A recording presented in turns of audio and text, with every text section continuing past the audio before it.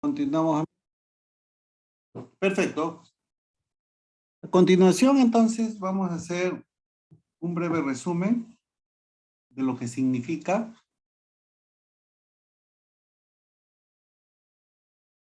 oclusión. Oclusión que no es otra cosa que hablar del sistema estomatognático en su conjunto, porque antes oclusión se hablaba solo de los dientes, pero ya vimos que solo los dientes no manejan la salud del sistema estomatognático.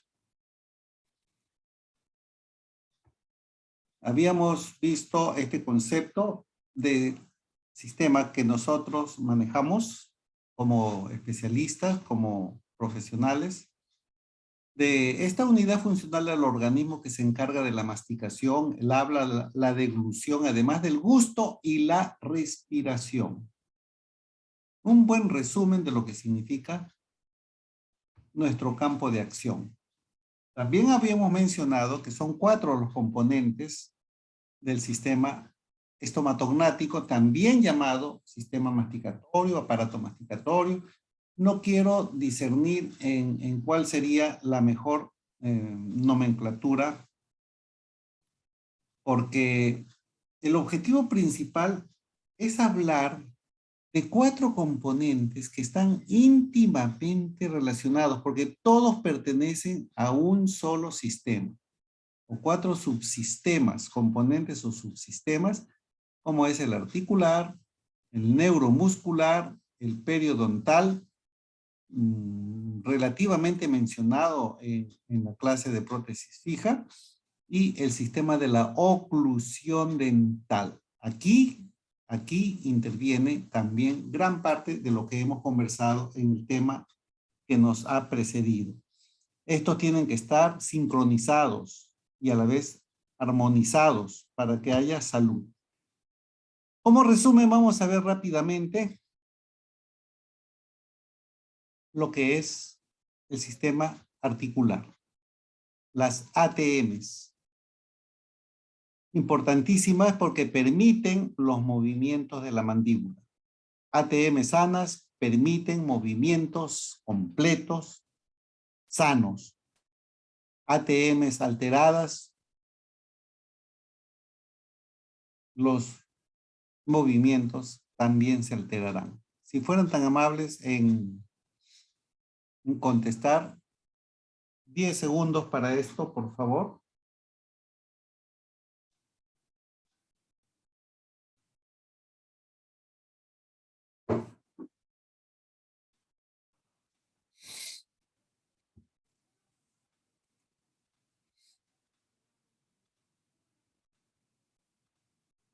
Perfecto. La mayoría está bastante bien. Hueso del cráneo, ya ustedes saben los huesos del cráneo, ¿no? Como ejemplo, los parietales se juntan en la línea media, donde no existe un movimiento clínico observable. ¿Existe movimiento? Por supuesto que sí. Mínimo, claro que sí, pero clínicamente observable no se observa, ¿no? Clínicamente.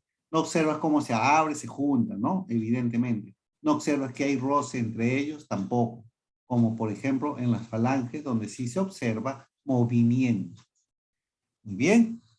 Entonces, efectivamente, es sin artrosis. Perfecto. Avancemos. La conexión cráneo-mandibular por excelencia es el sistema de las ATMs. No es la única conexión, es una principal conexión. No se olvide que la conexión cráneo-mandibular también está a nivel de la oclusión dental, solo que esta conexión o esta articulación interdental es especial, es diferente, porque al abrir la boca se separan totalmente los contactos interoclusales, lo que no existe en ninguna otra articulación.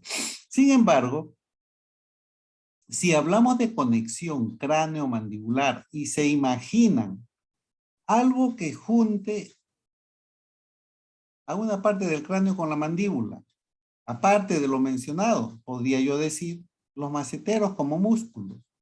Por un lado se insertan en la mandíbula y por otro lado se insertan en una parte de la estructura craneal, como es acá. La apófisis cigomática en su tercio anterior y el hueso de la cara. Observen. Cráneo mandibular. Por supuesto que sí. ¿Se dan cuenta? Entonces ya tenemos muchas conexiones cráneo-mandibulares por excelencia. Pero analicemos solamente estas dos para empezar. ATM con oclusión dental. Interconectadas, interrelacionadas, interdependientes. Lo que pase de bien o mal en una de ellas repercute obligatoriamente en la otra. ¿De acuerdo? Muy bien. Continuamos. Si los huesos del cráneo tienen un tipo de articulación inartrodial, acá me faltó poner la letra E. Acá debería decir letra E. Sino que la letra E es enartrosis. ¿Cuál sería la respuesta de ustedes?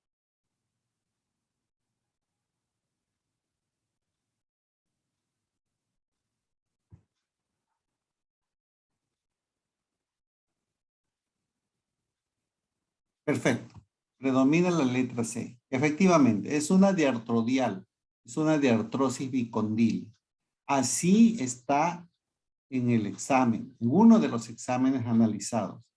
Diartrosis bicondilia. No caracteriza totalmente a lo que es una clasificación del ATM. Sin embargo, viendo todas las otras menciones, es la que más se acerca, por supuesto.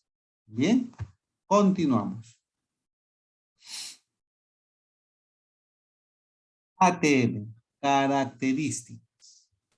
Habíamos mencionado que la ATM es la articulación del organismo. Así, con mayúsculas. La articulación por sus características únicas. ¿Qué otra articulación diartrodial compuesta, bicondilar, tiene las superficies articulares recubiertas por fibrocartílago? Solo la ATM, ninguna otra. Cualquier otra articulación diartrodial, sus huesitos en la zona donde se hacen contacto están recubiertas, tapizadas por cartílago. Si no, váyanse a la pollería mañana. Cuando estén terminando de comer pollito, rompan los huesitos de la pierna y ¡pac! Observen cómo se relacionan las superficies articulares de esos dos huesitos, tapizadas por cartílago. Y cualquier otra articulación en el organismo, articulación diartrodial, o sea que de esas que tienen gran movimiento, por supuesto, de esas estamos hablando.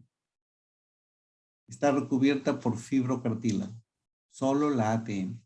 Y en realidad es fibroso, con vestigios de células cartilaginosas, pero tejido fibroso por excelencia. Se dice fibrocartílago por ese vestigio de células que se encuentran histológicamente, células cartilaginosas. Pues bien, esa es la primera característica del ATM, diferente al resto de articulaciones diartrodiales. Otra característica única en el ser humano, que esta está constituida evidentemente por dos huesos. En este lado estamos viendo una ATM, por dos huesos, uno superior que es la cavidad glenoidea, la eminencia articular, y otro inferior que es el cóndilo mandibular. Pero que no tienen contacto, no tienen acercamiento íntimo, porque entre ellos se encuentra un elemento elipsoidal o discoide que en la literatura la conocemos como disco articular, por su forma. Podríamos decirle menisco, podríamos. Pero la palabra menisco ya tiene un nombre propio, el menisco de las rodillas, que también es un elemento que está entre los huesos, entre las rodillas. Pero, o sea, entre el fémur y abajo, la tibia y el peroné. Pero es un cartílago. Ese menisco, llamado menisco, originalmente es cartílago. El nuestro no es cartílago. La ATM es un tejido fibroso con vestigios de células cartilaginosas. Es un fibrocartílago. ¿Ya? No existe en otra parte del organismo de articulaciones diartrodiales que tenga un disco interóseo fibrocartilaginoso. Solo las ATMs. Esquinglimoide, porque en muchos parámetros, en muchos aspectos, en muchos tipos de movimientos que se dan como ejemplo, se nota claramente, clarito, cómo se mueve, cómo rota la mandíbula a través de un eje que pasa por los cóndilos, como un movimiento de rotación que está debajo del disco articular. Por eso se dice, parte infradiscal predomina el movimiento de rotación. Pero en otras ocasiones se ve cómo el disco que se inserta por delante, por atrás, por los costados, es decir, envuelve al cóndilo y hace un conjunto unitario, una unidad, un complejo, un sistema unitario cóndilo-disco, y juntos se desplazan a todo lo largo y ancho de la eminencia articular. Y ese movimiento se da entre el borde superior del disco con la eminencia articular. Ese es el movimiento supradiscal, ¿sí? Donde predomina el movimiento de traslación. No se olviden de eso, es clave. Bien, ya sabemos por qué se llama diartrodial, porque es una articulación que tiene gran movimiento. Compuesta, ¿por qué? Porque gracias a la presencia del disco articular, es como que si existieran dos articulaciones en un lado. Una articulación infradiscal donde predomina el movimiento de rotación y una articulación supradiscal donde predomina el movimiento de traslación. Dos articulaciones en una. Por eso Åkesson consideró al disco articular como un tercer hueso sin osificar. Curioso. Åkesson lo menciona así. Muy bien. Bicondilar. Bueno, porque originalmente se creía que el cóndilo se acoplaba con la cavidad glenoidea en la función. No, no se acoplan en la función. Se acoplan tal vez anatómicamente. Una cavidad para una cabeza condilar. Pero funcionalmente no funciona al fondo. Funciona hacia adelante, a lo largo y ancho de la eminencia articular, que es sagitalmente observada como un cóndilo también, una superficie convexa superior, y abajo la superficie convexa inferior del cóndilo mandibular. Por eso el disco articular es cóncavo arriba y es cóncavo abajo. Por eso dicen que el disco articular es una estructura bicóncava, viéndola sagitalmente como en esta figura. Bueno, sinovial, esa característica sinovial sí es característica de todas las articulaciones del organismo. Donde hay huesos que se unen funcionalmente, están pues lubricadas por un líquido sinovial que es producido por glándulas sinoviales que existen en esos compartimentos. ¿Ya? El compartimento supradiscal bañado por líquido sinovial supradiscal no se junta, no se une, no se mezcla con el compartimento infradiscal donde es bañado por otro líquido sinovial. ¿Ya? No debe haber una comunicación entre los dos. ¿Quién se encarga de separar esos compartimentos? Principalmente el disco articular. Y atrás, por los tejidos que están detrás del disco. Por eso se llaman tejidos retrodiscales. Y el disco articular se transforma en tejido retrodiscal hacia atrás,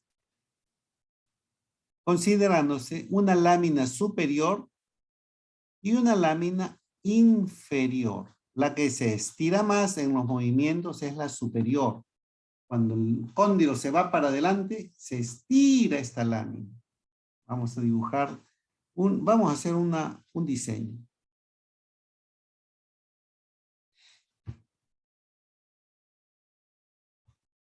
A ver, imagine que este cóndilo se está trasladando hacia adelante, hacia allá, hasta acá. Entonces ahora el cóndilo, imaginariamente el cóndilo está...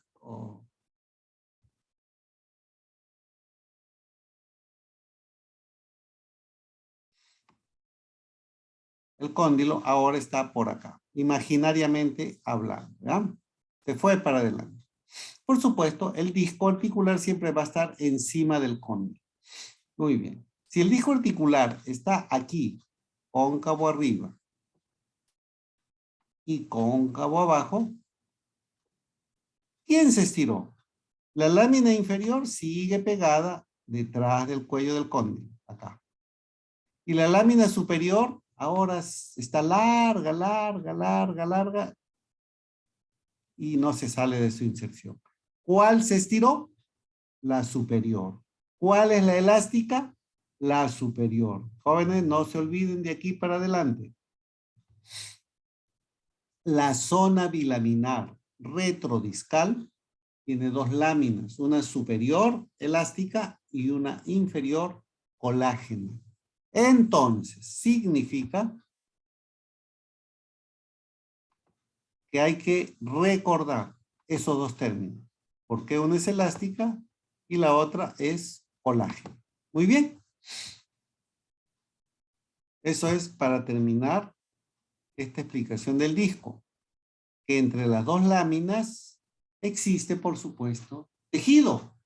Un tejido conectivo, areolar, laxo, ricamente vascularizado, ricamente inervado. Quiere decir que si el cóndilo se impulsa violentamente hacia atrás, así sea un par de milímetros, pero violentamente hacia atrás, aplasta violentamente esa zona, duele, porque hay muchas terminaciones nerviosas nociceptivas del dolor, duele, ¿ya? Pero si apretamos los dientes con mucha fuerza y por supuesto también existiera en la parte del cóndilo presión del cóndilo en esta dirección,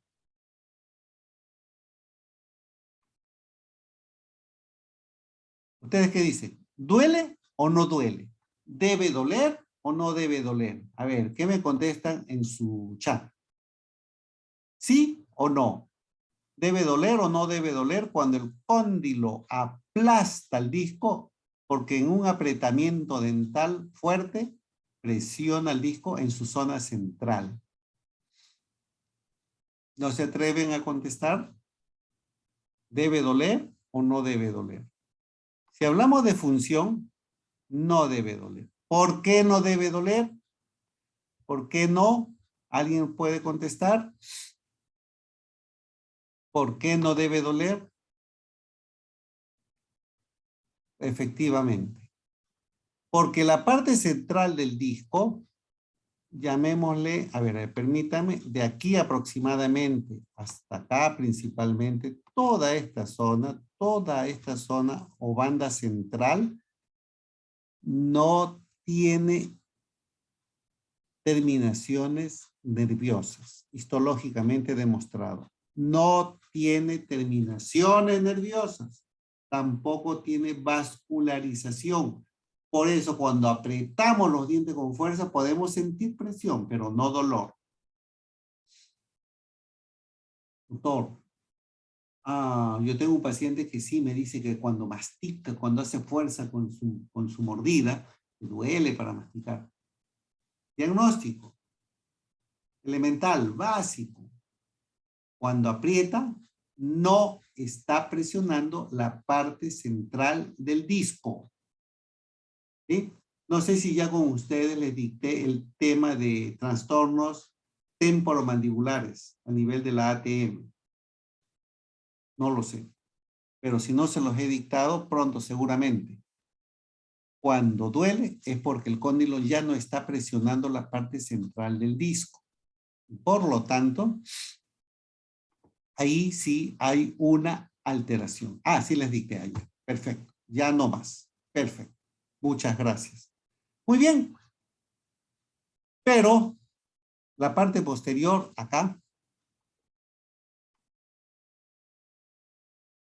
por esta zona retrodiscal, donde hay mucha vascularización, mucha inervación y hay una presión violenta, no debe doler. Sí debe de doler, por supuesto, porque hay terminaciones nerviosas. Pero aparte de eso, puede ocasionarse ruptura de vasos sanguíneos. Y donde hay ruptura de vasos sanguíneos, hay inflamación. Y donde hay inflamación, hay acrecentamiento de los tejidos. La vascularización se incrementa. Y si la vascularización se incrementa, inflamación, hinchazón, ¿ustedes creen que el cóndilo va a estar en esta posición normal? No. El cóndilo, en forma natural, después de esa violencia de contacto o de fuerza que se haga, baja en esa dirección. Y si el cóndilo baja en esa dirección y yo quiero morder, no va a haber oclusión en ese lado de los dientes, justamente por la inflamación de los tejidos retrodiscales, que ayer les dije es considerada como una retrodisquitis o retrodiscitis. ¿Recuerdan que estábamos clasificando? Muy bien. Una retrodiscitis, inflamación de los tejidos. Un golpe, un codazo, un pelotazo que nos cayó en el mentón y nos puede provocar eso. Tratamiento, antiinflamatorios. No obligues a que la persona mastique por ese lado, porque al querer masticar estaría presionando, procurando que el cóndilo regrese a su posición cuando aquí hay un proceso inflamatorio. Un antiinflamatorio. Y evitar, pues, que la persona incida más en querer ubicarse. Que quiero morder, que quiero masticar, tranquilo, solito va a bajar siempre y cuando se le den las condiciones para que este tejido desinflame tranquilamente. Al término de 1, 2 o 3 días regresa a su sitio y se acabó el problema. Por supuesto que tiene que haber reparación de los tejidos y en esa reparación de los tejidos tiene que haber menor movimiento articular posible, pero movimiento, porque si lo dejas amarrado sin movimiento, tampoco conviene. Las articulaciones, cualquiera de ellas que se deje sin movimiento por un tiempo, terminan a veces plegándose los tejidos y limitando el movimiento a lo largo del tiempo. Movimiento sí, pero sin carga, sin fuerza. Muy bien. Muy bien. Listo. Entonces, estamos hablando de las características de las ATM en general y de las estructuras internas en particular. Dijimos además que es una articulación compleja. ¿Por qué? Primero, que es una ATM, es una articulación compuesta porque son dos en una, pero compleja porque es un sistema. La ATM es un sistema articular donde se articula la mandíbula con dos huesos del macizo craneofacial. No solo eso, sino que funcionalmente, cuando se mueve una, se mueve la otra, obligatoriamente, en cualquier dirección necesaria que lo requiera el movimiento, pero se mueven las dos. no se puede mover una sin que se deje de mover la otra. A diferencia de que este hombro, si yo muevo esta articulación y la de acá ni se entera, técnicamente, clínicamente hablando, ni se entera. ¿Ya? El ATM no puede decir, a ver, quiero que muevas la ATM de este lado, pero que no se mueva la de acá. Es imposible porque es un solo hueso inferior. Por eso es la explicación, el tratamiento, la fisiología es compleja también. ¿Estamos? Listo. Entonces, hablando de esto, ya hemos dicho, creo, mucho como resumen de la ATM. Vamos a borrar para que no queden huellas, y que nos malogren acá. Borramos un poquito las arterias, las venas de los tejidos retrodiscales, las terminaciones nerviosas, el dolor. Las bandas. Vamos a ver las bandas. Las bandas del disco. La zona intermedia, ya señalada, con sus características ya mencionadas, y la zona anterior y la zona posterior. No se olviden, ¿cuál es la más ancha? ¿Cuál es la más gruesa? Ahí se nota en el diseño, pero clarito, yo les puedo decir que la que se nota más ancha y la más gruesa es la banda posterior. Está como triplemente gruesa. La banda anterior, esta de acá, medianamente gruesa. Y la banda intermedia, la más delgada. De tal manera que los autores le ponen a esto como 1 milímetro de espesor, a la banda anterior como 2 milímetros de espesor y a la banda posterior como 3 milímetros de espesor. Eso significa que no tienen que olvidarse cuál es más gruesa, cuál es más delgada. ¿Por qué la de arriba es más gruesa? Porque hay un espacio articular. Observen las radiografías, así, sagitales. Observen las tomografías en corte sagital. No se olviden que en las tomografías y en las radiografías no se ven los tejidos blandos, no se ve el disco. Lo que se observa aquí es el espacio, no se ven los tejidos retrodiscales, la almohadilla retrodiscal, la zona bilaminar, no se ve. Lo que se ve es el espacio. Ahora, por favor, traten de meterle un poquito de esfuerzo cognitivo y díganme ustedes, ese espacio articular, ¿dónde es más delgadito y dónde es más ancho? Clarísimamente se puede observar acá que es más delgadito del cóndilo hacia adelante y arriba. En esta dirección es más delgado. Es más grueso, un poquito más grueso, en la parte anterior propiamente dicha. Y es sumamente más grueso en la parte superior y posterior. Eso quiere decir, mis queridos amigos, si yo hago un diseño, cavidad glenoidea, eminencia articular, y hago un diseño como que el cóndilo está en esta posición, ¿está bien o está mal ese diseño? Está pésimo. Entonces, si yo hago este diseño, cavidad glenoidea, eminencia articular, y hago que el cóndilo esté dibujadito más o menos en esa posición, ¿qué significaría? Que si yo tengo esa imagen radiográfica donde quiero analizar mi ATM radiográficamente, viendo solamente el espacio articular, esta articulación está estáticamente bien. Tiene un disco articular aparentemente bicóncavo y tiene un tejido retrodiscal notoriamente más grueso. Está más alejado el cóndilo del fondo de la cavidad glenoidea y de la parte posterior y por lo tanto es una ATM desde el punto de vista radiográfico normal. Acá no, acá está al fondo. perdónenme si me salieron muchas curvas, pero imaginen un cóndilo bien redondito, pero que está al fondo de la cavidad glenoidea. O como caso contrario, hagamos un esfuercito más y imaginemos que está así la cavidad glenoidea y que el cóndilo se encuentra en esta posición. A ver, dígame el último dibujo, el de abajo, imaginariamente. ¿Dónde está el mayor espacio? En la parte anterior. ¿Dónde está el menor espacio articular? En la parte posterior y superior. ¿Está esa ATM normal? No, definitivamente no.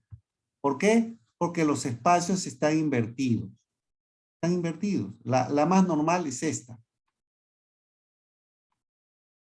Esta de acá. ¿No es cierto? Por lo tanto, ese es el criterio. Entonces, doctor, ayer uno de ustedes me dijo, doctor, entonces, ¿cuál es la mejor radiografía, la mejor tomografía para ver todos los elementos o los tejidos?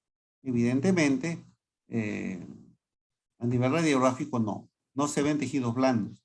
Lo que se ve, lo que se visualiza, lo que se personaliza, podríamos decir que son los espacios. Es como cuando ustedes ven la radiografía periapical. ¿Se ve el periodonto? No. Lo que se ve es el espacio periodontal, ¿no es cierto? Y ustedes ven y dicen espacio periodontal normal o espacio periodontal ensanchado, ¿no es cierto? Igual acá. Pero noten aquí algo. Hay un músculo que se inserta. Se llama el pterigoideo externo superior. Porque el pterigoideo externo inferior se inserta solamente en el cuello del cóndilo. Del pterigoideo externo se pueden hablar muchas cosas porque hay trabajos de investigación que han descubierto que en algunos casos no son 2 pterigoideos externos, sino 3. Hay un intermedio. De eso no podemos hablar hoy día porque es un resumen nada más, si no, no podría dictarles más cosas en el poco tiempo que tenemos. Pero lo que sí podemos decir es que cuando el pterigoideo externo superior se contrae, tiende a traccionar al disco hacia adelante. Pero tranquilos en la función, porque cuando se contrae este pterigoideo externo superior, es cuando apretamos los dientes con fuerza y él se contrae, pero no lo va a traccionar, no lo va a jalar, porque cuando apretamos los dientes fuertemente, el cóndilo también presiona a la zona intermedia del disco y no permite que el músculo lo saque de su sitio en forma normal. Estamos viéndolo en forma normal. Lo de ayer fue patología, ¿no es cierto? Lo normal es esto. Por eso es que no se asusten, no se asusten. Cuando te aprietas mucho los dientes y tienes una oclusión acá, el músculo pterigoideo externo superior no lo va a sacar de su sitio. Cuando existe inestabilidad ortopédica, eso ya es otra cosa, por supuesto, ¿no? Pero en condiciones normales, no hay problema. Las superficies óseas, ya mencionadas con breve resumen, la superficie articular inferior, la superficie articular superior, agujero auditivo, cavidad glenoidea, eminencia articular. Ya mencionadas. También restablece las armonías, sus zonas del disco, perfecto. La biomecánica la vimos ayer, qué bonito, cuando el paciente abre la boca, al comienzo hay rotación inferior, pero después hay una completa traslación del compartimento superior y siempre el disco acompañando a la cabeza del cóndilo en todos los recorridos normalmente. No hay ruidos, no hay clic, todo normal. Muy bien. Sin embargo, a veces en los pasillos, en los pasadizos de la universidad, los estudiantes que tienen un caso clínico complejito y dicen, doctor, por favor, ortodoncia o prótesis, por favor, ayúdeme en el diagnóstico de este caso clínico. Ver, el profesor caballerosamente agarra los modelitos, los comienza a afrontar, pero el profesor pues tiene un acúmulo de conocimientos que él está viendo los dientes, las caras oclusales, el bipodismo, el tripodismo, el overbite, el overjet, pero a la vez está viendo, sin verla, la ATM. ¿Cómo podría estar sufriendo con esta oclusión? Pero el estudiante no lo comprende todavía, porque todavía está empezando a tener ese bagaje de conocimiento que se adquiere después con el tiempo.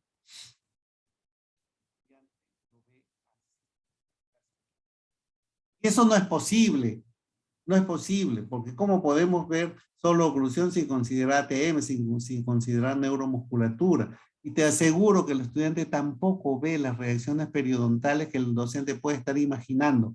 De pronto te dice, hijo, ¿y tu paciente tiene ruidos cuando abre la boca? O sea, él está mirando acá, tú estás queriendo ver si le haces espigo, perno y corona, y él te está preguntando, ¿tiene ruidos cuando hace apertura? Hijo, ¿y tu paciente tiene dolor muscular? ¿Le has revisado el temporal del lado izquierdo? Por eso los conocimientos se van dando por partecitas, pero cada partecita importantísima, que el macetero se inserta en esa zona y llega a esta zona que se divide en dos partes, una oblicua, una perpendicular profunda, vertical profunda, y que tiene la función de cerrar. O sea, cositas simples, cositas sencillas, irlas metiendo en tu CPU, irla metiendo, irlo colocando, irlo adaptando, irlo incrementando progresivamente. Cada concepto es fácil, es sencillo. La cosa es al final revolotearlo todos los conceptos, organizarlos todos bonitos para que tengas el concepto del caso clínico y saques tu diagnóstico clínico presuntivo, y no estés esperando a ver qué me dice la resonancia para ver si tengo una alteración de ATM o un problema ¿cómo es? Una panorámica para ver alguna alteración del periodonto, de algún lugar de las piezas dentales. No, ya lo estás teniendo porque para eso estás estudiando una carrera, ¿no es cierto? Muy bien. A lo que vimos ayer, ¿se acuerdan? Muy bien. Examen de ATM. Examen clínico básico. Examen clínico básico. Yo se lo dije ayer, ahora se lo digo entonces con dibujitos. Medir, te paras frente al paciente o te sientas al costado del sillón y te ubicas frente al paciente, frente a frente. Abra la boca, quiero ver cuánto abre. Debe abrir más de 40 milímetros para que sea normal. Si no, se llama limitación de la apertura. No se olviden, tengo que ver la dirección del movimiento. Y si ustedes han observado, ya está dibujadita aquí la dirección del movimiento. Yo pongo esto siempre delante para avanzar y retroceder y para que se den cuenta cómo la línea media se ha desviado hacia un ladito y luego trata de irse al centro, trata de irse en este caso no lo consigue. ¿Qué significó? Que cuando va dirigiéndose para un costado, de pronto hay un clic y trata de irse al medio, pero la apertura normal, aunque aquí no es muy normal porque no llega a 40 milímetros, o sea, tiene limitación de la apertura. A lo mejor todavía hay una deflexión mandibular, a lo mejor ya la hay, o a lo mejor solo es desviación, hace un clic y abre totalmente. Todo eso hay que ir evaluando. Ya ustedes tienen el concepto de ayer. Hoy día estamos repasando una partecita, pero a la vez algo de disturbios temporomandibulares, ¿no?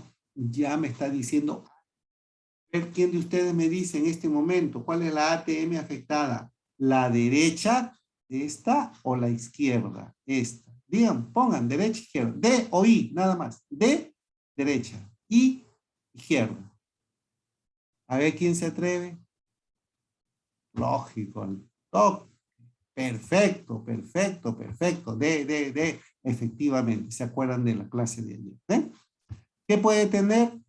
Hay que discernir, hay que discernir. Todavía me faltan exámenes. Este examen es clave. ¿Existe clic? ¿Existe ruidos? ¿Qué tipo de ruidos? Salto. ¿Un clic chiquito o un clic más grande o un clic súper notorio? Ya les dije, cuanto más grueso es el clic, mayor es el problema, mayor es la luxación discal con reducción. ¿Y existe dolor o no existe dolor? El paciente se queja de dolor cuando hacen los movimientos de apertura y cierre o no existe dolor. Y ya ustedes saben que existe dolor cuando son estimulados inadecuadamente las zonas donde hay terminaciones nerviosas. ¿Y cuáles son las zonas donde hay terminaciones nerviosas abundantes? Ya las están empezando a conocer. Y si no existe dolor, cuando el paciente cierra o aprieta, es porque son otras condiciones u otras circunstancias. Sin embargo, estos 4 considerandos son los básicos elementales que no te vas a demorar ni un minuto para hacer este examen. Primero es el examen y anótalo. Y segundo, como no tienes la experiencia del día a día, ya quédate un rato, todo el tiempo que quieras, analizando el resultado de estos exámenes. Puede ser leyendo tu historia clínica, pero bueno, claro, la experiencia de un profesor de oclusión te lo va diciendo inmediatamente cuando va analizando todos estos casos. Pero ojo, no solamente nos quedemos en ATM, estamos viendo este primer ítem. Es fácil, pero después tenemos que relacionarlo con los otros ítems, neuromuscular, periodontal y oclusal. Y ahí recién sacar un diagnóstico hasta de la ATM inclusive. Lateraliza con boca cerrada para la derecha y lateraliza con boca cerrada hacia la izquierda. Los movimientos laterales deberían de ser mayores a 5 milímetros. 5 o menos es limitación de movimiento lateral. O sea, ¿se dan cuenta? Aquí yo no estoy dando diagnóstico. Aquí estoy hablando apertura normal o limitación de apertura. Acá estoy hablando de diagnóstico, estoy hablando de desviación o de flexión. Acá estoy hablando solo presencia o ausencia de ruidos, presencia o ausencia de dolor. Solo estoy describiendo las características que encuentro en un paciente. Cuando analice todos esos datos, recién puedo llegar a un diagnóstico de ATM. Muy bien, se acabó ATM. Se acabó ATM. Me he demorado demasiado. Bien. Neuromuscular. Neuromuscular, no les voy a decir ahora dónde se insertan los músculos. Eso es en anatomía, ¿no? Anatomía de cabeza y cuello. Tenemos los músculos del cierre o los músculos elevadores, maceteros, temporales, pterigoideos internos que van paralelos a los maceteros, pero por dentro de la rama mandibular. Músculos del cierre. Perfecto. Los maceteros principales son estos, pero existe la rama vertical que es esta. Muy bien. Los músculos de la apertura. Habíamos hablado del pterigoideo externo inferior. Porque el superior es el del apretamiento, ¿no? Pterigoideo externo inferior. Músculos de la protrusión cuando funcionan los dos o de la apertura. Es decir, traccionan al cóndilo hacia adelante. Muy bien. ¿Cuáles otros? Los submandibulares. Los que van de la mandíbula hacia el hioides y del hioides hacia el esternón y la clavícula. Y hasta el omóplato, porque por acá viene uno que viene cruzando, el homoioideo. ¿Ah? Repito, del hioides hacia la mandíbula y de la cintura escapular hacia el hioides. ¿Cuál es la cintura escapular? Ya lo dije. Esternón, clavícula y omóplato. Muy bien. Sí, hasta ahí llegan los infraioideos, ¿no? Por eso se llama algunos esternoioideo, esternotiroideo, el cruzado que le mencioné, el homoioideo. Y los de arriba, miloioideo, genioideo, principalmente, ¿no? Y vientre anterior del digástrico, que también viene por acá. Muy bien, entonces, cuando funcionan todos estos músculos inferiores, también, cuando funcionan, es decir, cuando se contraen, también se puede abrir la boca. Principalmente existe una contracción isométrica de los infraioideos, es decir, fijan al hioides para ayudar a los suprayudeos a que bajen el hioides, bajen la mandíbula, apertura. Son los músculos de la apertura. Músculos de la lateralidad. Piensen primero en los pterigoideos externos inferiores, los de la apertura o de los de la protrusión. Cuando se contraen los dos juntos, se puede producir protrusión. Pero cuando solo contrae uno, digamos el derecho, por ejemplo, existe la lateralidad mandibular hacia el otro lado. Si se contrae el izquierdo, lateralidad hacia el lado opuesto, contralateral. Entonces, los pterigoideos externos inferiores, cuando funcionan los dos, pueden hacer protrusión o apertura. Cuando funciona uno, hace lateralización de la mandíbula hacia el lado opuesto. Muy bien, pero tranquilos, escuchen un ratito, escuchen, miren, quiero lateralizar, sí, mi mandíbula hacia el lado derecho, este es mi derecha. ¿Cuál músculo tengo que contraer? Imaginariamente. Pterigoideo externo del lado izquierdo. ¿Y quién le ayuda? ¿O esto nomás ya es suficiente? No, hay músculos agonistas que ayudan. Alguien que me traiga a la mandíbula para este lado. Fibras horizontales. Acá, lo voy a señalar. Fibras horizontales del músculo temporal. Del otro lado. Funciona el pterigoideo externo inferior de este lado. Y el otro trae la mandíbula para atrás. No se olvide que el temporal se inserta en la apófisis coronoides, o sea, está insertándose ahí y tiene que jalar la mandíbula para atrás, pero unilateralmente. Y este ya también lleva para el otro lado. Músculo de la lateralización. En un movimiento lateral izquierdo, ¿qué músculo funciona? Lateral izquierdo. Pterigoideo externo inferior derecho y fibras horizontales del temporal izquierdo. Músculo de la retrusión, mandíbula para atrás. Fibras horizontales de los temporales simultáneamente. Se contraen y tiran, jalan, retraen a nivel de la apófisis coronoides a la mandíbula para atrás. Músculo de la retrusión. O sea, cuando quieres hacer una RC forzada, estás contrayendo los de acá. Por eso se dice que la RC no debe ser forzada. Es decir, debe ser una posición retraída, sí, pero con la mayor pasividad muscular posible. Entonces, acuérdense, a veces los profesores, y nosotros lo hemos visto, no me digan que no, cuando el profe te quiere ayudar las primeras veces para buscar la relación céntrica, el profe hace esto, tira para atrás la mandíbula. ¿Qué estás haciendo? ¿Qué estás haciendo? Es que así se hacía antes. Estaba haciendo funcionar las fibras horizontales de los temporales para tirar la mandíbula para atrás. Y si tú le dices a un paciente relajadito, está con su dispositivo anterior, muerde. Ya, ahora lleva la mandíbula para adelante, frota tu dispositivo para adelante, él frota. Ahora regresa. Ahora llévala lo más atrás posible. Y puede llevarlo lo más atrás posible forzadamente y tranquilamente porque ya está usando su dispositivo hace varios días. Entonces va y va más atrás y más atrás.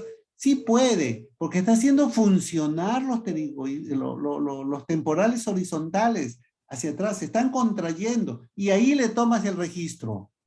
Error, error. Estamos tomando el registro en una posición forzada, a pesar que no lo estés manipulando, sino el paciente puede contraer sus músculos porque tú se lo estás pidiendo y tira la mandíbula forzadamente más atrás. ¿En esa posición queremos que descanse nuestro paciente? No, definitivamente.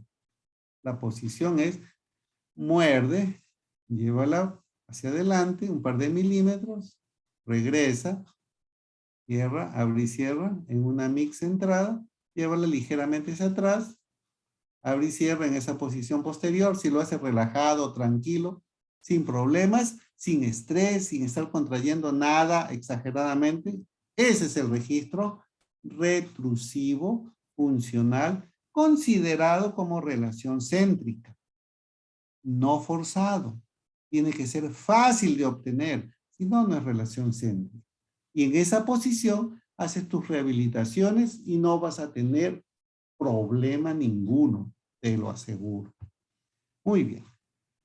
Un clic es también denominado chasquido. Un clic. Sino que la palabra chasquido tiende a ser pues algo como que se escucha mucho, ¿no es cierto? Pero no se olviden que les dije, abren y cierran ustedes. Y muchos como yo tenemos apenas un ruidito que es como un clic chiquito, pequeñito, tic, que no, tú ni te dabas cuenta, que lo descubriste hoy día. Entonces, no le puedo llamar chasquido porque ni yo lo escuchaba. ¿Sí? Pero en la literatura te puede decir el clic llamado también chasquido, etc., etc., etc. ¿Sí? Porque también lo llaman así, ¿no? Dicen son similares. Muy bien. No les voy a hablar entonces mucho de neuromusculatura, sino algunas cositas principales.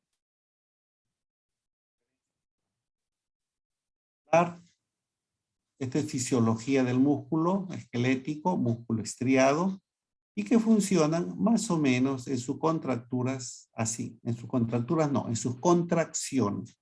La contracción puede ser isotónica, puede ser isométrica o puede ser simplemente tónica. ¿Qué cosa es una contracción muscular tónica?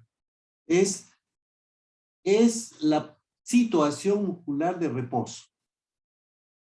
Véanme que voy a reposar unos segundos. Véanme, por favor. Perfecto. Dientes que no chocan. Espacio interoclusal. Posición postural adecuada. Supuestamente adecuada. Músculos que no se contraían. ¿Que no se contraían? No. Están en una contracción tónica. Están en lo denominado tono muscular. Tono muscular, la posición de reposo fisiológico, entre comillas, reposo fisiológico. ¿Fisiológico significa descanso absoluto? No, no, no. Por eso cuando les preguntaba en el examen, la contracción tónica es el total relajación muscular y algunos amigos decían, estudiantes decían, sí, esa es la respuesta. No, pues no funciona. No, la contracción, el tono muscular es esto, un estado de semicontracción permanente.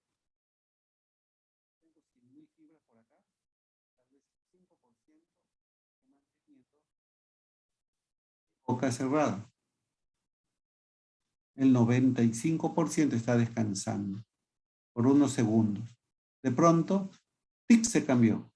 Los que estaban contrayendo se relajan y alguno otro 5% que estaban relajados se contraen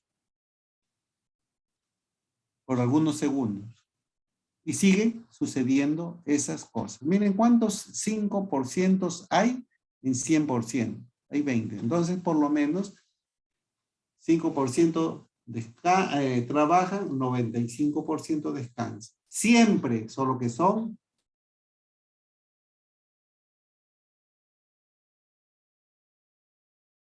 semicontracciones. Intermitentes. Intermitentes. Qué bonito. Es como que si fuéramos 20 personas que tenemos que llevar un peso de aquí a 100 metros. Este peso es 50 kilos. Para los chicos es un peso fuerte, fuerte, pero digamos ya, 30 kilos. 30 kilos para un varón es peso, es peso. Yo los levanto aquí, perfecto, los levanto. Ahora camina, pues camina. Camina 5 metros. Sí puedo. 10 metros, 50 metros, 100 metros. Ah, no, la cosa ya se pone difícil. Pero somos 20, ¿ya? 20. En 100 metros, ¿cuánto nos toca? Bueno, la verdad para mí es bien pesado. Yo puedo caminar hasta 5 metros, tranquilo. ¿Listo? Camina 5 metros, inmediatamente este peso se pasa al número 2. Inmediatamente se pasa al número 3. Y así sucesivamente. Es decir, vamos los 20 hacia los 100 metros y todos relajados al final. En ningún momento sintieron espasmos, dolores, cansancios, nada, porque estaban en estado de reposo fisiológico. Pero el reposo no es descanso absoluto. Es un estado de semicontracción intermitente, permanente, constante. Muy bien.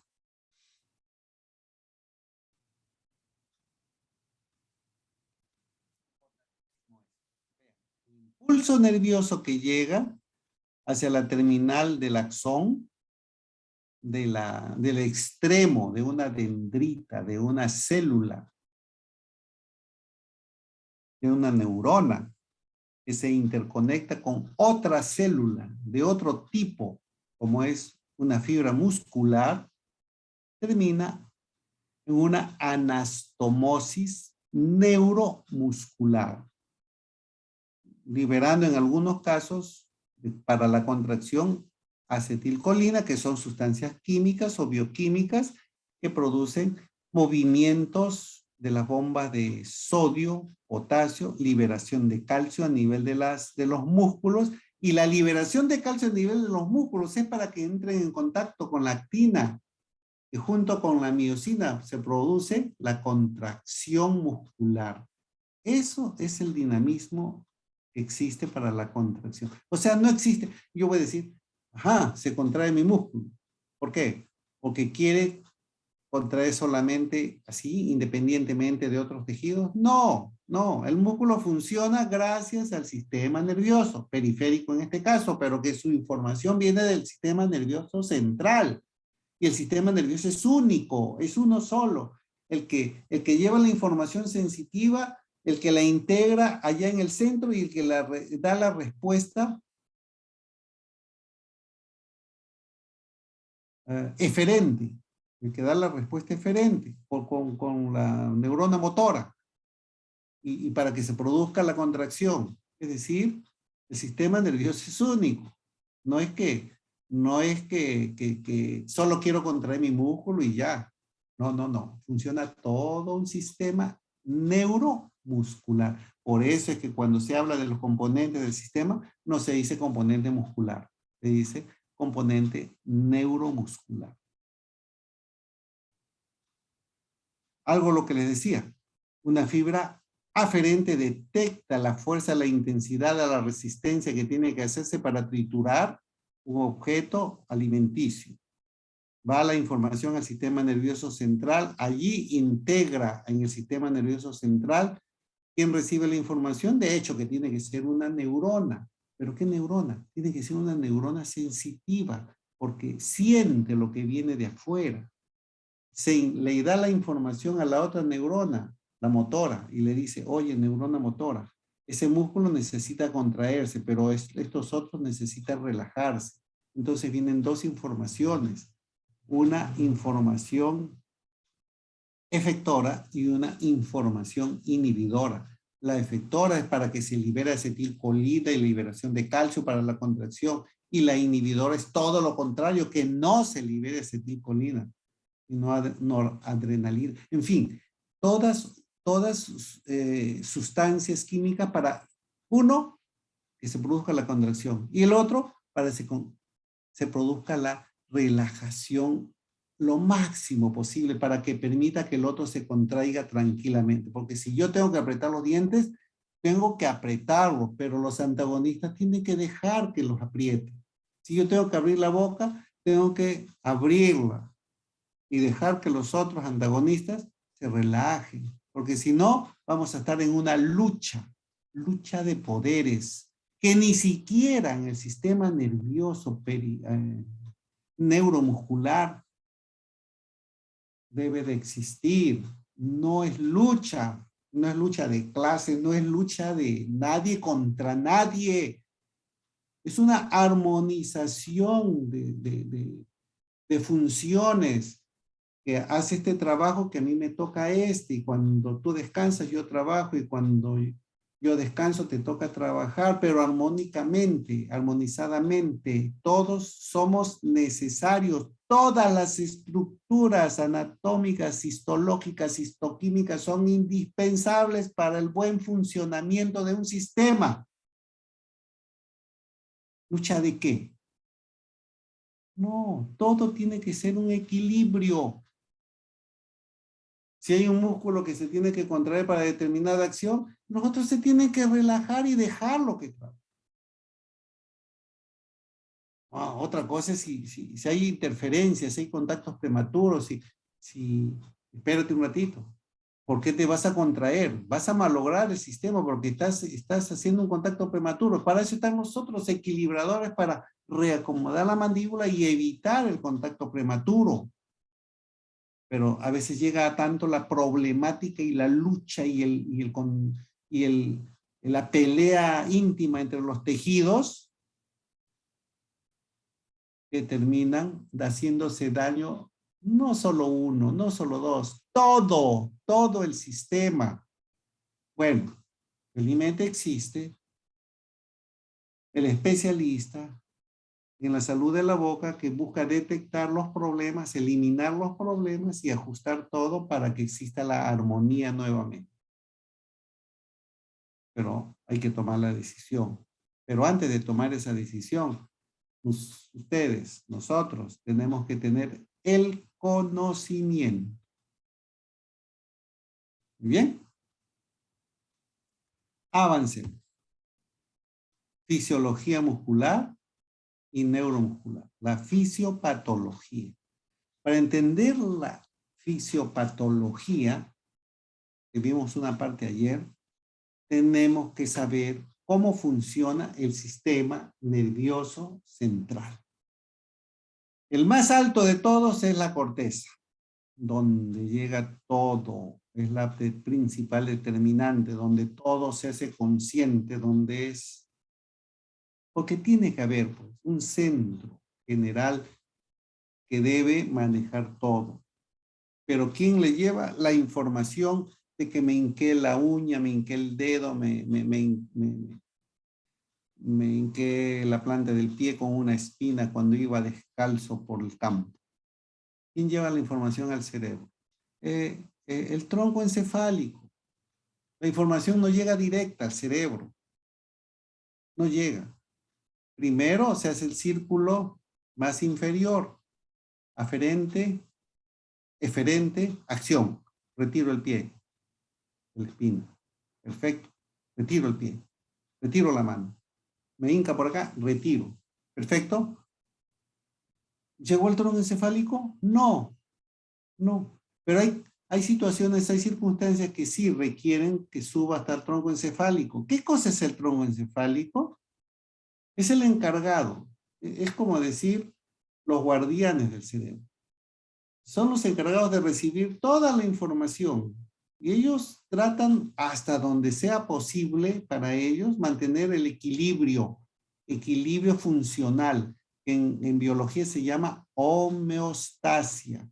Y es un control que no necesita ser consciente. ¿Sí? Y tiene zonas. El generador de patrones central. Generador de patrones. ¿Qué significa eso? Es una zona que genera patrones. Ajá.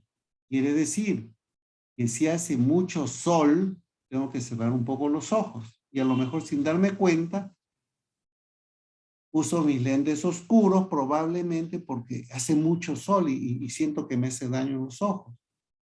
Que siento mucho frío, a lo mejor junto mis brazos y me autoprotejo sin que nadie piense. Tú ves a los señores, a las señoras cuando están en la calle en invierno, a veces van así, en el micro, en el campo, en la ciudad. en la calle, se van como abrigando, que necesitan pensar para poner sus brazos así cruzaditos. No, hay un patrón de movimientos de acuerdo a las circunstancias que no necesita llegar al cerebro. Y existe otros sistemas, el sistema reticular, el sistema límbico, el sistema hipotalámico, que reciben diferentes tipos de sensaciones para equilibrar. ¿Dónde está el hecho de que estás en una reunión, entras a un salón de clases nuevo, eres un chico, eres un joven estudiante y de pronto ve chicas lindas que te impactan? Lo mismo sucede con las chicas, no digan que no, están tranquilitas, de pronto ven, imagino, ¿no? Chicos bonitos para ellos. ¿Y dónde entra? ¿Quién controla eso? Aquí, en el tronco encefálico, sistema límbico, sistema hipotalámico.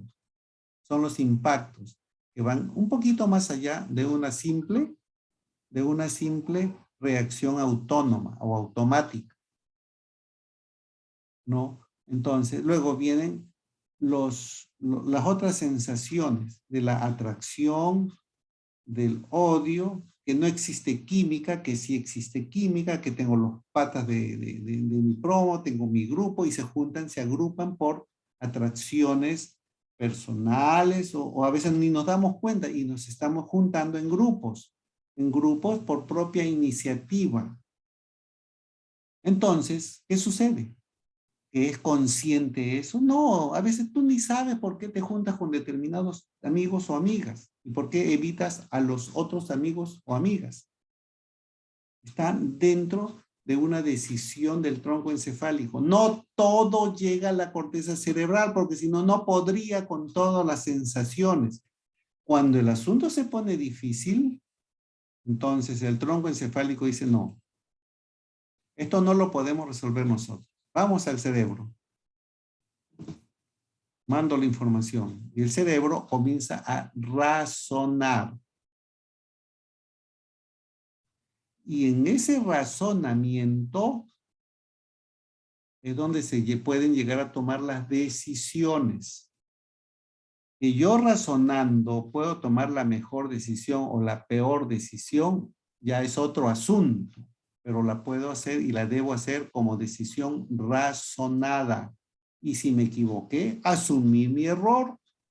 Me equivoqué pues en mi razonamiento y asumo mi error. Qué difícil es cuando nombramos algunas autoridades y se equivocan y no reconocen su error. Por supuesto, todo el tiempo no voy a estar equivocándome porque para eso soy inteligente y para eso tengo un nivel y para eso me nombraron autoridad y porque estoy capacitado académica, intelectual, cognitivamente,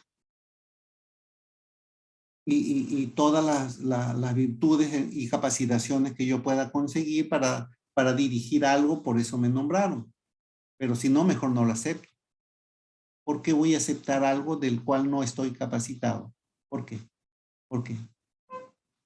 O porque no lo razono, o porque a lo mejor lo razono y digo, ajá, voy a ganar un buen billete de una vez de frente. Es un razonamiento equivocado. Mejor que se quede abajo nomás en el tronco encefálico.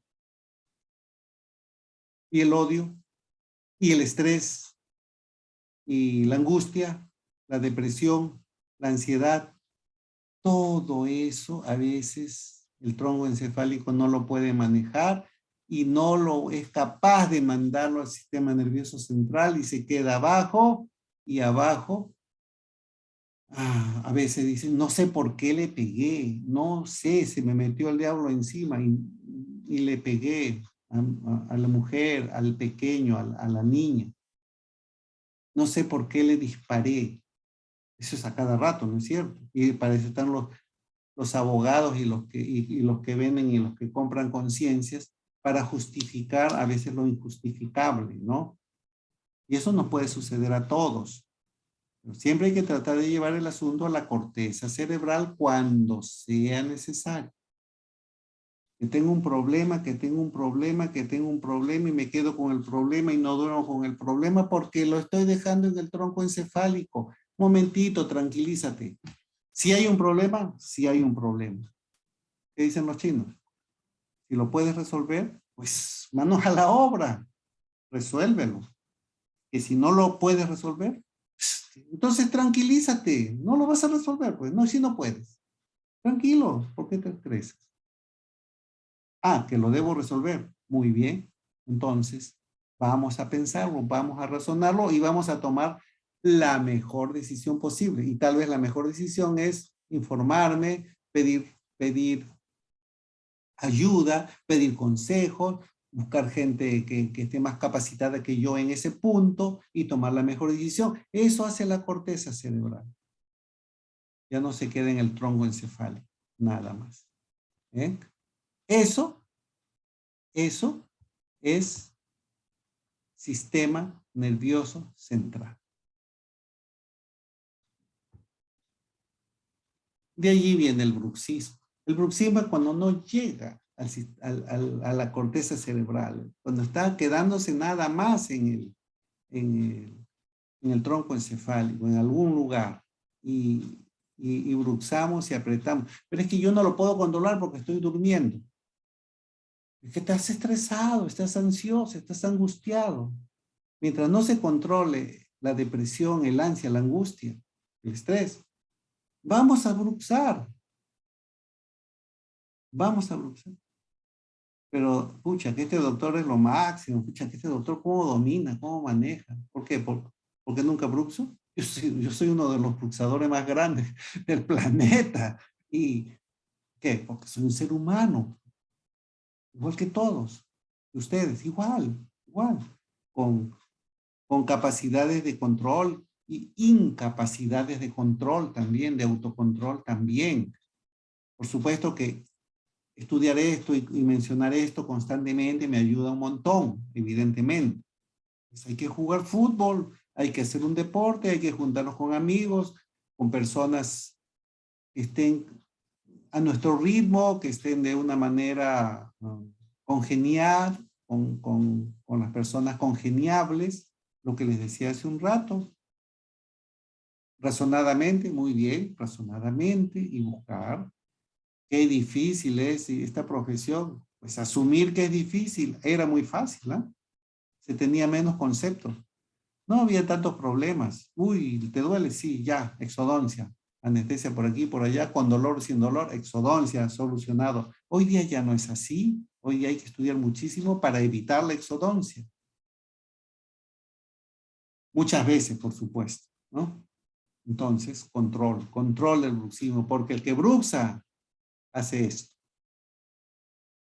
Deteriora sus dientes, deteriora sus restauraciones, fracturas, recesiones, retracciones, abfracciones, disminuciones de la dimensión vertical,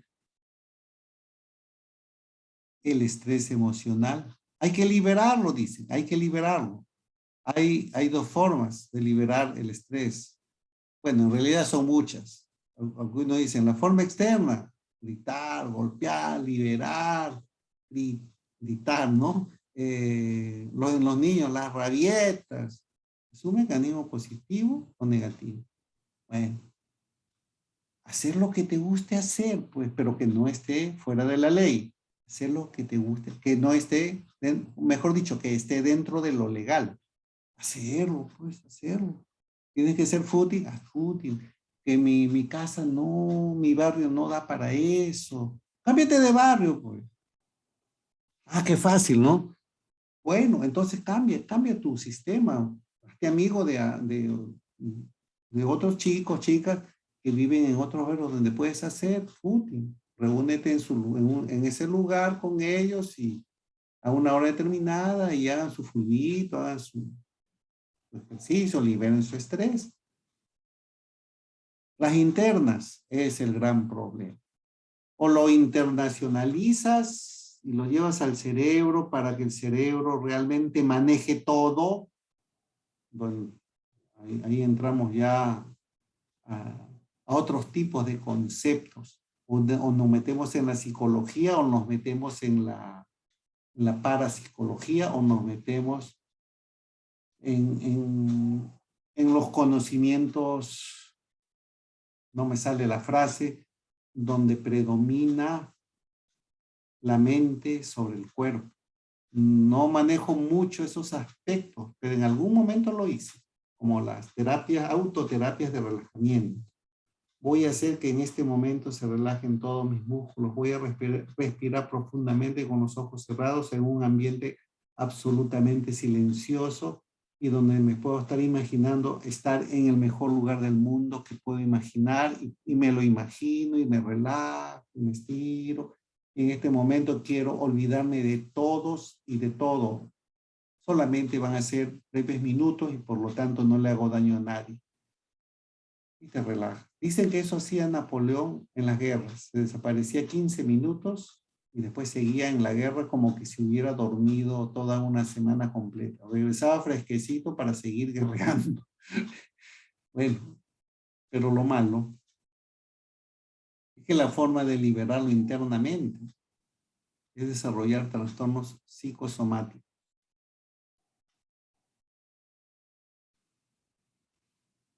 Ardor de estómago,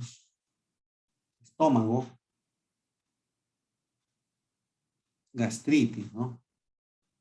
Que pueden ser progresivas, terminando en úlceras, gastrointestinales, arritmias cardíacas, hipertensión, contracciones que no son para nada tónicas cuando estoy durmiendo.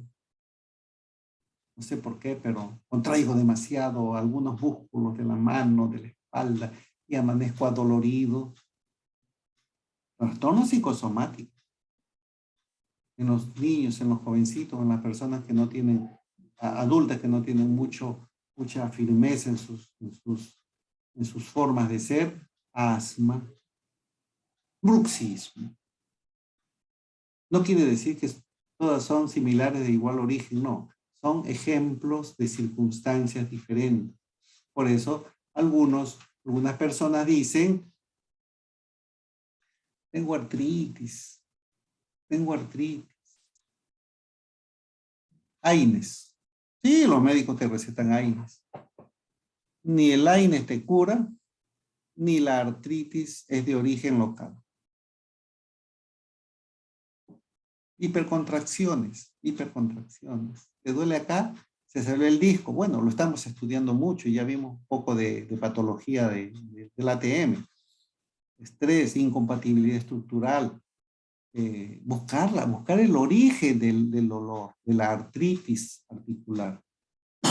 La artritis me duele el músculo no porque se le ocurrió dolerme. No. Algo hay ahí o lejos de ahí que le está ocasionando dolor. Ahí o lejos de ahí que le está ocasionando dolor. Ahí o lejos de ahí que le está ocasionando dolor. O sea, puede ser estructural o mental, psicológico. Falta de equilibrio emocional. Nada más.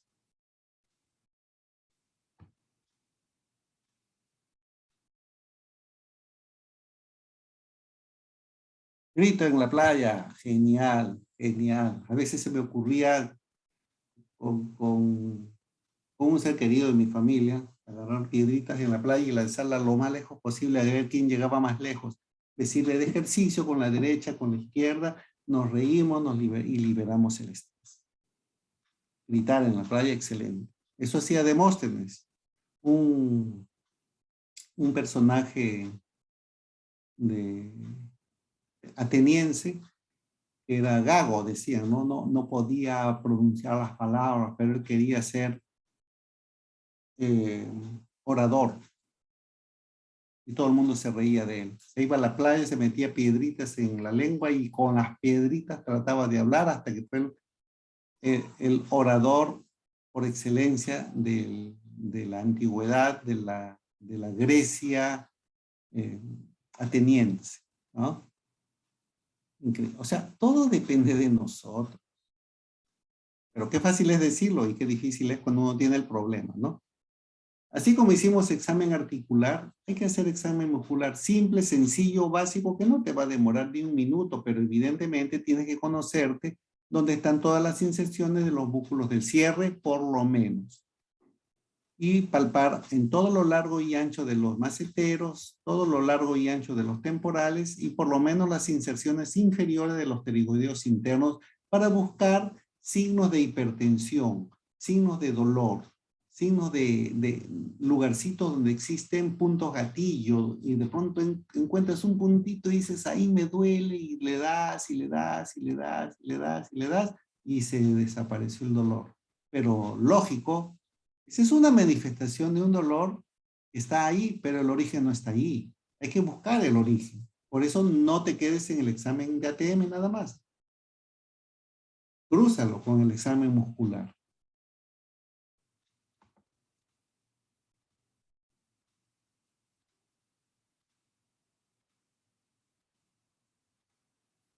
Se me fue el puntero. Acá está. Se me fue el puntero. Discúlpame un segundo. No encuentro el puntero. Bueno, avancemos.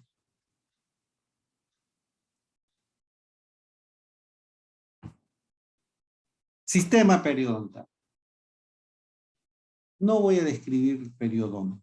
Vamos a hablar de la función del periodonto.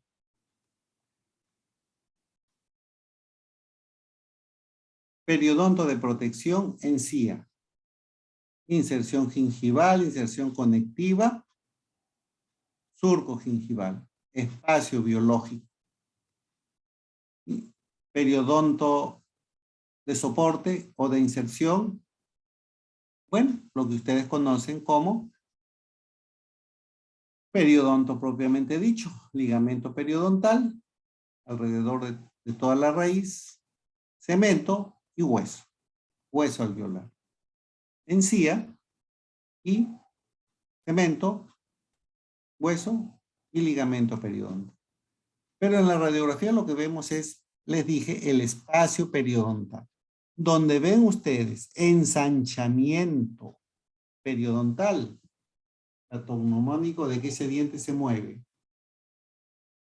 Viene un estudiante y me dice, doctor, no sé si esta caries tiene compromiso pulpar, etcétera. A ver, hijo. El doctor está mirando el ensanchamiento periodontal que existe, no la caries. Y bueno, ¿y por qué te preocupa esa caries? Dice, doctor, porque le duele. ¿Y el diente se mueve? No, no sé. Pero la caries, el problema no es la caries, porque no llega a la pulpa, está lejos del cuerno pulpar. El problema está en el ensanchamiento periodontal que me está indicando que ese diente se mueve. ¿Y por qué se mueve? Hijo, ¿tiene inflamación gingival? ¿Ya te lo revisó el periodoncista? ¿Ya le vieron si tiene bolsa? No, doctor, la encía está bonita, está sanita. Problema entonces de la movilidad dental. Ah, ya, doctor. Entonces, se fue el estudiante y alguien le dijo por ahí, un amigo o otro doctor le dijo, ¿sabes qué? Júntalo con un alambrecito y llénalo con resina y fíjalo bien para que de esa manera ya no se mueva. Lógico, lógico. Si me duele el hombro, frótale en el hombrito y se soluciona el problema. El problema no está ahí, el problema está un poquito más distante. Que la movilidad, el ensanchamiento periodontal está ahí, pero el problema viene de otro sitio. Ligamento periodontal. Ahorita vamos a ver de dónde viene el problema, ¿ya? Ayer se los dije, pero sin tanto dibujito. Hoy día se los muestro. Tiene células el periodonto, fibroblastos, por supuesto. Forman las fibras colágenas. Miren, ¿se acuerdan que la dentina, el 9% el 90% del 18% tenía colágeno y que le daba la capacidad de amortiguar cargas al complejo dentino pulpar? Miren, ¿dónde hay fibroblastos también? En el periodonto, imagínense. Y hay otras células que forman cementos, que forman huesos. Y también hay células de defensa, pero también hay, lo que les dije hace un rato, terminaciones nerviosas, sensitivas y proprioceptivas. Ya sabemos que el periodonto amortigua. Por eso, los dientes no están cementados al hueso, no están pegados al hueso, están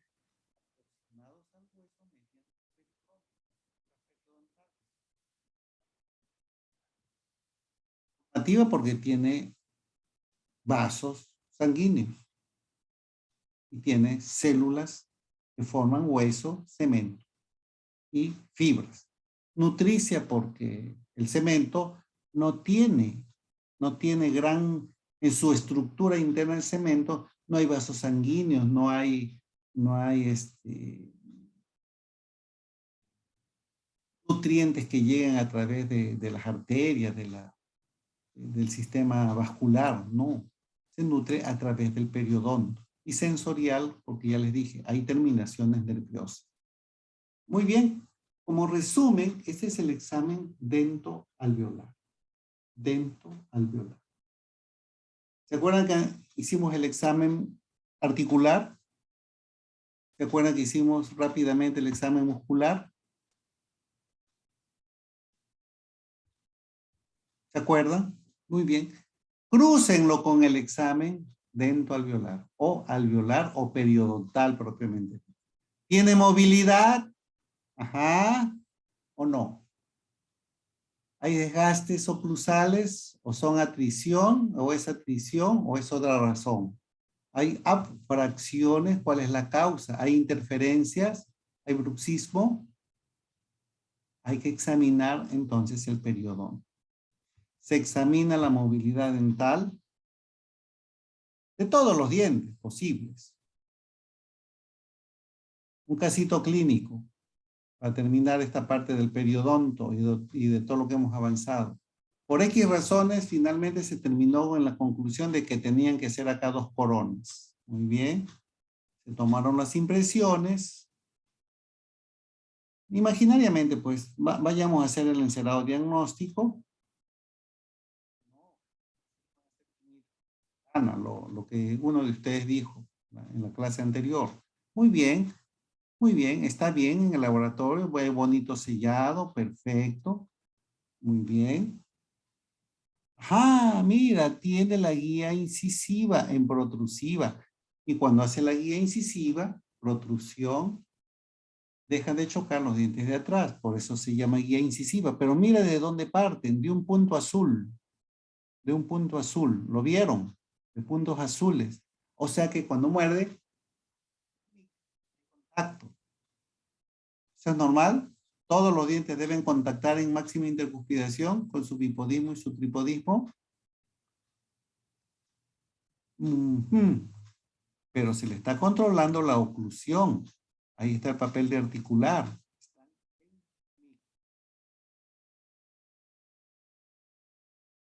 ¿Debe contactar o no debe contactar en mí? ¿Qué dicen? ¿Qué dicen ustedes ahora que ya están? Ahora que ya están, sí, disculpen por las interferencias. No sé si es mi pantalla, el internet o las máquinas de ustedes. ¿Debe contactar o no debe contactar en mí? ¿Debe mantener los puntos azulitos que son los contactos de cierre? ¿Debe ver o no? ¿Sí o no? Dígame, ¿sí o no? No debe tener contacto. No, ¿debe haber mordida abierta entonces adelante? Por supuesto que no. Debe haber máximo acercamiento, pero sin contacto dental. ¿Y eso qué significa? Que cuando muerde, le pongo la cinta celuloide, esa de las resinitas, ahí muerde, debe salir con dificultad, pero debe salir. Pero si la pongo en un premolar cualquiera que tenga oclusión, muerde, no sale porque hay contacto. Pero en los dientes anteriores, muerde, debe salir si yo la jalo. Con dificultad, con roce, pero debe salir. Quiere decir que el contacto anterior o es casi nada, o es nada, pero mucho máximo acercamiento. De tal manera que cuando el paciente hace protrusión, sí debe contactar. Eso se llama guía incisiva. Muy bien. Ya terminamos lo que es este caso clínico, simple, sencillo, básico, pero que dice mucho de cómo debemos manejar la oclusión. La oclusión se maneja en primer lugar para cuidar el periodondo, en segundo lugar para cuidar la musculatura y en tercer lugar y primordialmente para cuidar las ATMs, los 4 componentes, y para eso tenemos que saberlos de memoria. Anatomía dental. Porque ahorita vamos a aprender oclusión dental. Ahorita es un resumen, por supuesto. De memoria. Cuántas cúspides, cuáles vertientes, dónde deben haber los contactos, dónde no deben haber contactos, dónde están los rebordes marginales y cuál es la relación de esto con su antagonista. Así, de memoria. Si no, no somos profesionales. Somos semiprofesionales. Casi, pero tengo el título, doctor. Eso no dice mucho. Lo que dice es lo que tus pacientes hablan de ti, ¿no es cierto? Si tus pacientes te dicen, eres mi doctora, yo no tengo que decir nada. Ellos son los que califican. Doctor, que no hay pacientes, ¿ah? ¿Por qué será? ¿Por qué será? El Perú está lleno de pacientes. Todos los habitantes son pacientes. ¿Ya? Doctor, todos los dientes, anatomía, no solo anatomía, sino relaciones interoclusales, interincisales, puntos ABC, puntos topes, equalizer, equilibradores, todo. Doctor, pero qué bien difícil saber cuántos puntos de contacto tiene la primera molar superior. Depende, si es natológica o es cúspide de rebordes. Si es natológica, tiene arriba tres fosas, mesial, central, distal, y cada fosa debe tener 3 puntos de contacto. 3 puntos de contacto en cada fosa, tripodismo, pero tiene 2 cúspides de trabajo, y cada cúspide de trabajo también debe tener 3 puntos de contacto. O sea, tengo 3 fosas y 2 cúspides de trabajo. 3 más 2 son 5 elementos. Y 5 elementos implica que tripodismo en cada uno. 5 por 3, 15 puntos de contacto. Pero eso es difícil en nuestro medio. Eso es idealista, efectivamente, es idealista. Por eso es que salió el otro sistema. El otro sistema se llama cúspides rebordes marginales. Quiere decir, solamente cada pieza dental posterior, molar, tiene una fosa central donde recibe tripodismo. Y los otros contactos están en rebordes marginales. Nada más. Nada más. Y por supuesto que la cúspide principal, que es el superior, que es la mesiopalatina, y la distovestibular, que se dirigen a la fosa central, también tienen que tener tripodismo. De tal manera que puedes conseguir 7, 8, 10 puntos de contacto. No consigas todos, pero consigue los necesarios y los principales para que en oclusión máxima dirijan las cargas verticalmente. Esto es teórico. Pero doctor, yo poniendo solo un contacto en el centro del antagonista ya dirijo la carga verticalmente. Perfecto, perfecto. Pero ten cuidado que en las protrusivas y en las lateralidades no choque. Porque si choca son interferencias.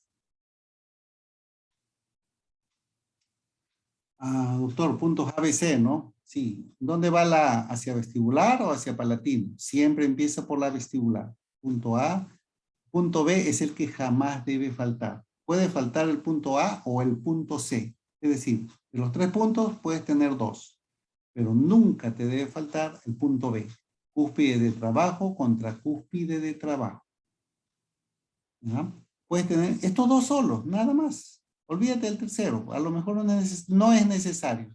Con estos 2, tac, tac, dirige las cargas verticalmente. Este tercero existe porque también existe una cúspide que debería tener contacto. En algunas circunstancias no es necesario. mayormente, idealmente sí. Para el tema de oclusión y de los exámenes de posgrado, es conveniente que te aprendas.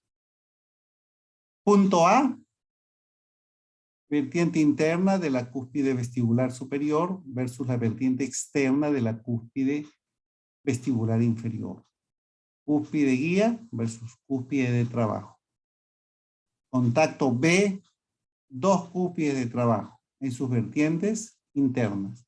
Y contacto C, vertiente externa de la cúspide palatina superior versus la vertiente interna de la cúspide lingual inferior. Cúspide de trabajo versus cúspide guía.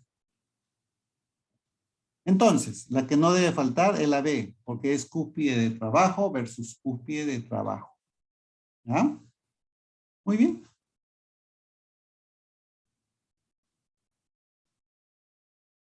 Zona neutra.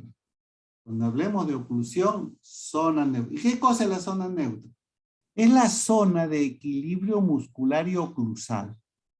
Los dientes están ubicados aquí, ¿por qué?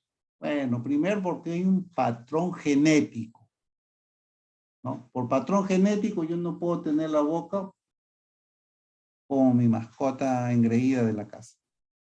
Un perrito, una perrita. No puedo. Por patrón genético no tengo todo el cuerpo recubierto de pelo. Eso los tienen los animalitos, las mascotas. Los leones, los leopardos o las leopardas, ¿no? Yo soy ser humano, igual que ustedes. Entonces, por patrón genético, tengo los maxilares ubicados en una forma similar. Pero los dientes se ubican además en esa posición por la función. O sea, una cosa es que se ubiquen por la forma y otra cosa es que se ubiquen por la función. Si forma y función van armónicas, entonces el asunto es armónico. La función que implica cómo funciona la lengua por dentro, muscularmente, y cómo funcionan los carrillos por los costados y los labios adelante. Hay hipercontracción de labios, tengo muy tensa la musculatura de los labios, se me van a retruir los incisivos, y eso ocurre mucho en los niños que sufren mucho de estrés por culpa de los benditos padres. Mucho estrés, mucha contracción, y la mamá o el papá de que le dicen, suelta, oye, suelta tu labio que te va, lo ponen más tenso al niño. ¿No? Bueno, no se trata de eso, simplemente se trata de quererlo, de engreírlo y de que valore su cuerpo y que aprenda a ser una gran persona, nada más, nada más. Y listo. Y los puntos A, B, C, y acá el punto A hacia afuera siempre y el C hacia adentro siempre. ¿Ya? Y la zona neutra es la zona donde se ubican los dientes porque es la zona de equilibrio muscular. Lengua por dentro, carrillo por fuera. ¿Bien? ¿Listo?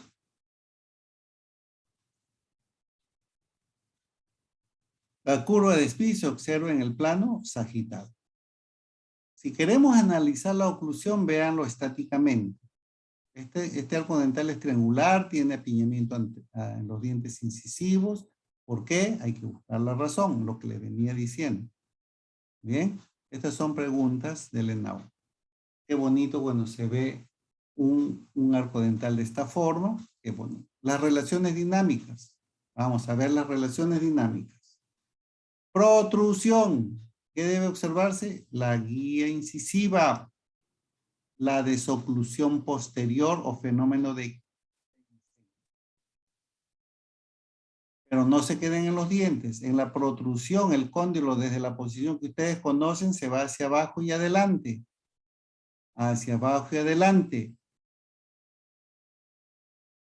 Dirigidos por el cóndilo y por la eminencia articular, con una angulación que está en los articuladores denominada trayectoria condilar sagital. Vamos a ver el ángulo de Bennett o movimientos laterales. Miren la lateralidad hacia la derecha. El ideal es que solo contacte los caninos. Acá contacta canino y dientes anteriores. O sea, aquí hay una función de grupo anterior. Idealmente solo deben contactar caninos. Y los demás sin contacto. O sea, fenómeno de Luce. Pero no se queden solo en los dientes. Con una lateralidad derecha, ¿qué pasa con los cóndilos?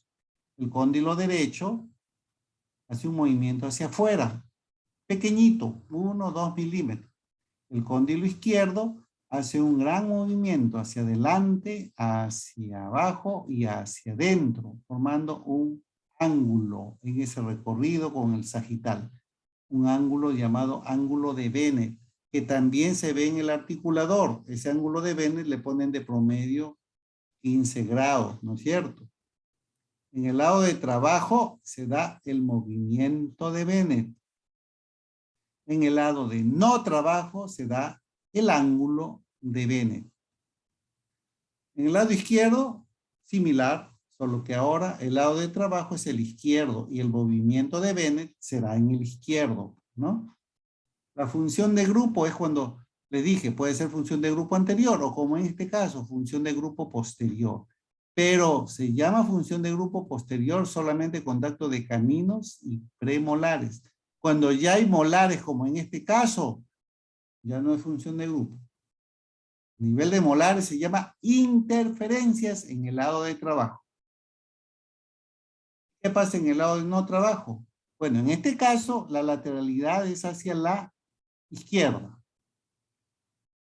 Punta de punta, guía canina, función de grupo anterior, perfecto. Pero en el lado de no trabajo no debe haber contacto.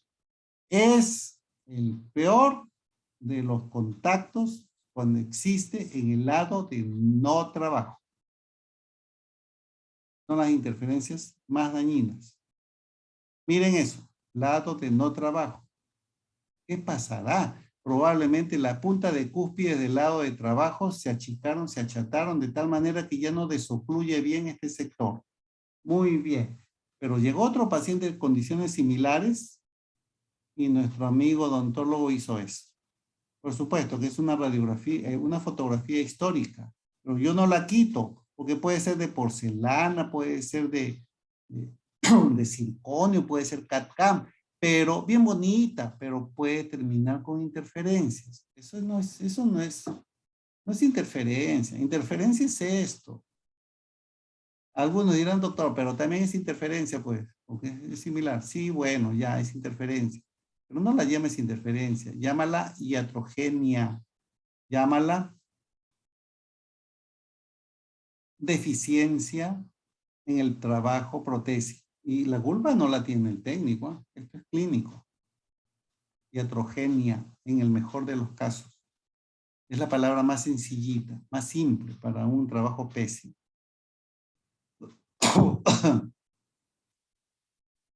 Cuando hablemos de posiciones mandibulares, solamente vamos a hablar de las básicas. Relación céntrica, que ya les dije cómo llegar ahí. Mayor relajamiento, la persona se va a la posición postural posterior, posición postural hacia atrás, sin esfuerzos mayores. Esa es la relación céntrica. La MIC es la de máximo contacto dental y la posición postural es la de relajamiento, la de relajación. Esa es la posición condilar ideal en relación céntrica, la posición cráneo-mandibular. Esa posición, ¿correcto? Ya mencionada cuando les dije ATM, fácil de reproducir y cómoda para el paciente. Si no, no es relación céntrica.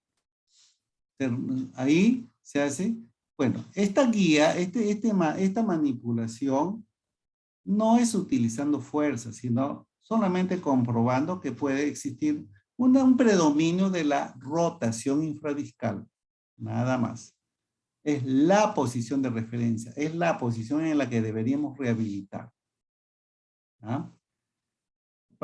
No siempre hay un contacto ideal. Generalmente hay una retusión mandibular y un contacto bilateral simultáneo un poquito más atrás, 1 milímetro más atrás. Y vean por favor la última foto, la de acá, la de acá.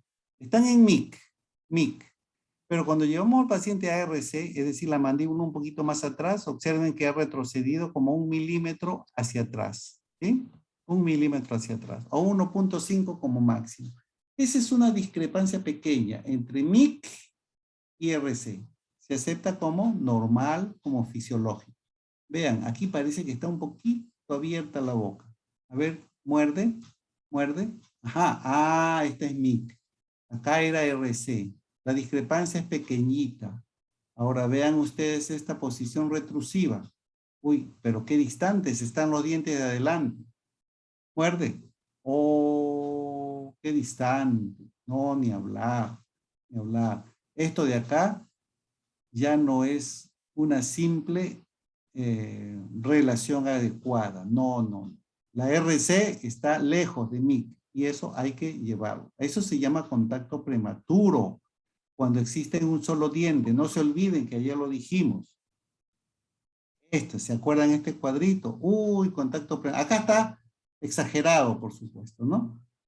Y que cuando lleva a la MIC, tremendo deslizamiento, tremendo discrepancia. Pero ¿qué ocurre? Hay problemas en estos dos dientes y al término del cierre es donde se producen los traumas oclusales. Traumas oclusales en las piezas posteriores y trauma oclusal secundario en los dientes y superiodonto que soportan el impacto terminal de la desviación, o sea, los incisivos superiores o alguno en especial, trauma secundario. ¿Por qué? Por la existencia de un contacto prematuro donde hay, lo que ya le dijimos ayer, inestabilidad ortopédica. ¿Se acuerdan de esta radiografía? Era este diente. Trauma acá. ¿Por qué? Por un contacto prematuro en el otro lado, al fondo. Y no solamente ocasiona eso, los traumas secundarios, por culpa de un contacto prematuro, también ocasionan el golpe, golpe, adelante, adelante. La persona no tiene la copla anterior conocida. Ahora presiona, presiona, premitus, presiona, forma diastemas, crea reabsorciones radiculares. Ese es el problema. ¿Ya? El registro de relación céntrica no lo voy a hacer en este momento porque al tiempo se nos acaba, pero de hecho que tenemos que tomar, ya les dije a lo largo de ayer y hoy, que se toma suavemente, suavemente, sin forzar. La máxima intercuspidación, que aparentemente puede ser perfecta, pero nunca hay que quedarse aquí. Este es como el modelito que llevan al profesor, y el profesor te dice, ¿y cómo está su ATM? ¿Hay inestabilidad ortopédica? Evidentemente, son terminologías para posgrado, ¿no? Muy bien. Y finalmente, relación de los dientes anteriores, les había dicho que hay un overbite, hay un overjet para la existencia de la guía anterior, pero no debe haber contacto fuerte en la parte, ¿cierto? Debe haber un acople anterior, es decir, máximo acercamiento, pero sin contacto. Finalmente, la posición postural es la que manda la tonicidad muscular. Miren esta chica, no sé si te gusta o no, pero me gusta su tonicidad muscular. Yo le miro acá, su tonicidad muscular. ¿Ya? Y verifico sus 3/3. ¿Se acuerdan que ustedes verifican? Los 3/3 deben ser más o menos similares. Estoy definiendo su dimensión vertical. La persona está en posición ortostática, ortogonal, en tono muscular, máximo relajación, estado de descanso, músculos en actividad mínima, tono.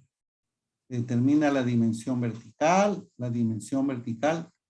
oclusal.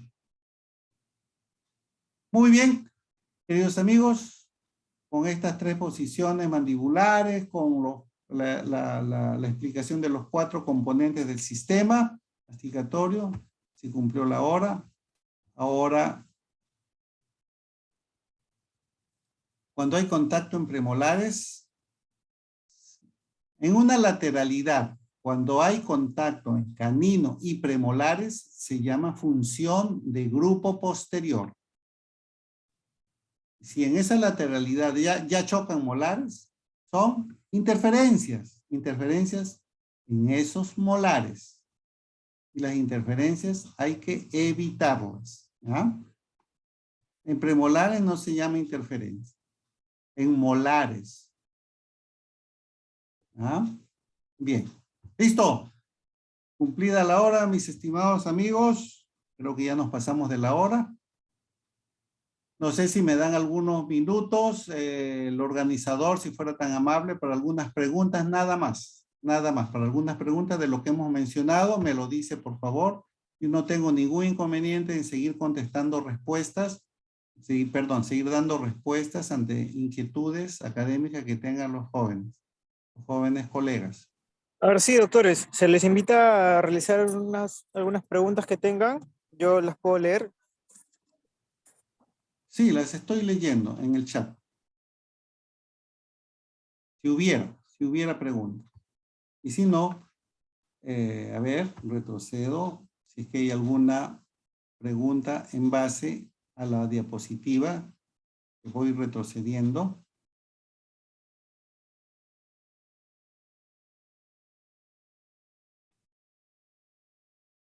Y me faltó el término acople anterior, oclusión dental en MIC en dientes anteriores, máximo acercamiento sin contacto dental. Algunos autores dicen contacto en saliva a ese término, ¿no?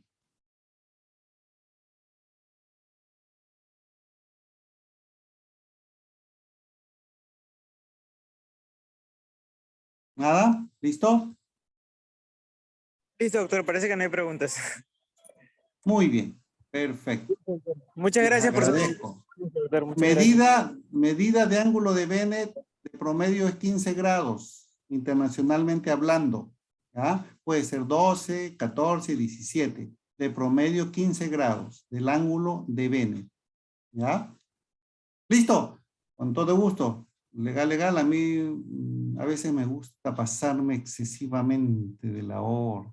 El efecto Suncho o abrazadera mínimo debe de ser 2 milímetros.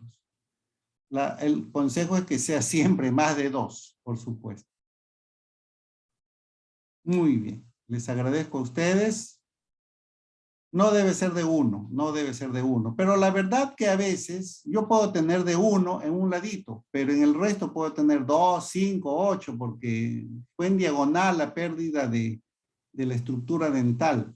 En un lado me puede quedar 1, pero en otro lado 5, 6. Saco un promedio entre mesial, distal, vestibular y lingual. De promedio debe ser 2 o más de 2 milímetros para que tenga tranquilidad y seguridad de que esa estructura está sellando bien en los tejidos dentales. ¿Ya? Gracias a ustedes por prestarme atención hasta ahora y creo que ha habido bastante regularidad en su presencia, pues empezamos alrededor de 90 y estamos terminando más de 100 y eso me satisface realmente. Y cuando gusten, mis estimados amigos, seguiremos compartiendo pantalla.